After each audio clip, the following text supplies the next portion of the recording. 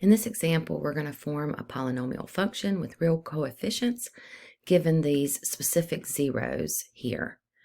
One of the things that we need to use, because some of these zeros are complex numbers, is we need to use this conjugate pairs theorem, which states that if a plus bi is a zero of f, then its complex conjugate, a minus bi, is also a zero of f. So when we go to state all of the zeros, we're going to first state the -5. That is one of the zeros.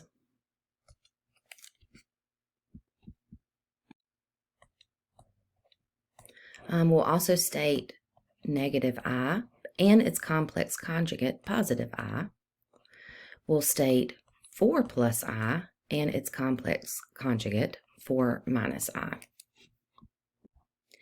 So next, because each of these are zeros or roots of this function, we're going to write them in a root form or factored form. And I believe at some point in the instructions it says just leave the coefficient a. So in that root form, we're going to write x minus the root. So x minus -5, or x plus 5, x minus I, or x plus I, x minus I, x minus this expression, 4 plus I. So there's two ways you could do this. You could think of it like this, 4 plus I, because you're subtracting the whole thing. Or you could go ahead and distribute that negative and write x minus 4 minus I. And then for the last one, same thing, x minus the root, so x minus 4 plus I. So it would be nice if we could type it in just like this, but I believe also in the solution or in the My Math Lab, it says to simplify. And so what they mean by simplify is multiply all these things together.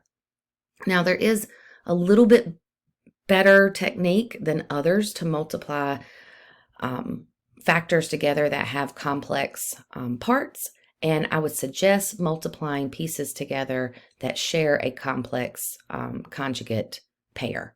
So we'll multiply these two factors together first, and then these two factors together next. So just bringing this down, notice I'm leaving the x plus 5.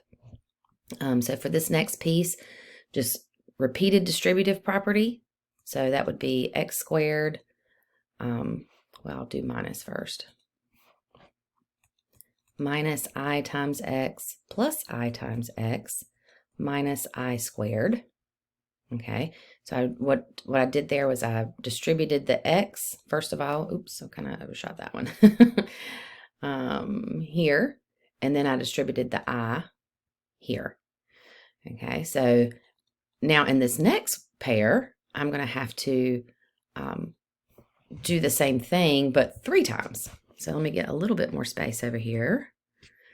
So I'll distribute the x to each term.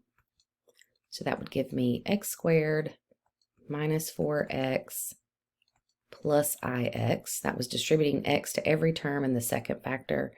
Now I'm going to distribute the -4 to every term in the second factor. So that would be minus 4x. Sorry, that's 4x. Let's see here, plus 16. And then minus 4i. And now last, I'll distribute this -i to every term in the next factor. So that would be minus ix plus 4i and minus I squared.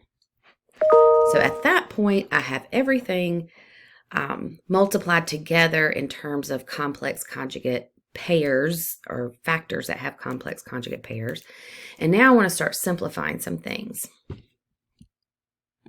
So just remember over here, I do have f of x equals, but for space, I'm having to kind of change my screen around a little bit. All right, so I'll leave the a. I'll leave this first factor.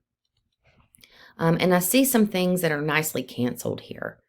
For instance, negative ix plus ix would just be 0. No need to write that middle term. This expression, I squared, I'm going to write this over here to the side, is -1. And the way that we get that is we know that I is the square root of -1. So if we square that equation, or both sides of that equation, we get I squared equals -1. So what that means here in our problem is that we are subtracting -1.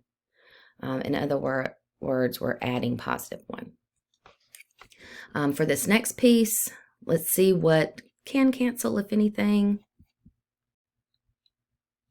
So when I eliminate some opposites, I've got x squared minus 8x plus 16 minus -1. Remember, that's really over here on this side.